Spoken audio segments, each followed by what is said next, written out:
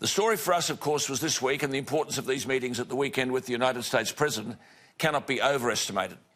In the last 48 hours, the Iranian president has criticised the US-led coalition patrolling the Persian Gulf and has called for Western powers to leave the security of the area to regional nations led by Tehran. But President Trump, during the Morrison visit, said America would deploy more troops to Saudi Arabia and the UAE after attacks on oil assets. Now, Washington's blaming Iran for the attacks on Saudi oil infrastructure. Tehran is denying it. The Iranian President Rouhani has promised to unveil a regional peace plan this week at the United Nations, if they can stop talking about climate change.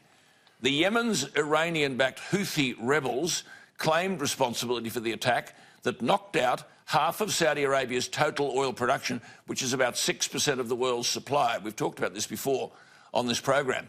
Saudi Arabia says the attack was, quote, unquestionably sponsored by Iran.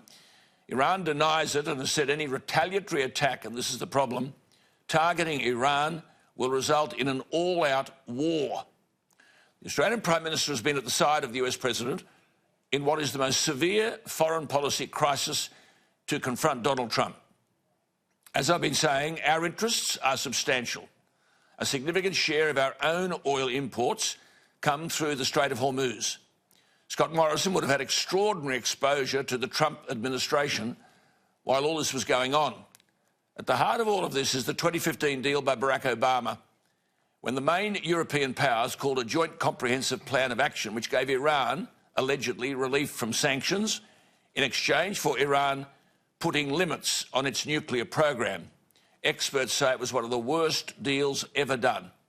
Iran continued uranium enrichment, the inspection regime was weak, and basically Iran's big nuclear industry remained unchecked. Trump condemned the deal and pulled out of it last year and reimposed economic sanctions. Those sanctions had a crippling effect on the Iranian economy, which has now tipped into recession. Now Donald Trump has announced further sanctions against Iran. Again, it is difficult to see the Iranians agreeing to further restrictions on their nuclear program. And on top of all of this, the principal supporter of American action against Iran has been the Israeli Prime Minister Benjamin Netanyahu, and now with another Israeli election over, no one can be sure whether Netanyahu will stay in power. Now, the Australian Prime Minister for 3 days has been right at the heart of all of this. It is an unprecedented glimpse for an Australian Prime Minister of world power.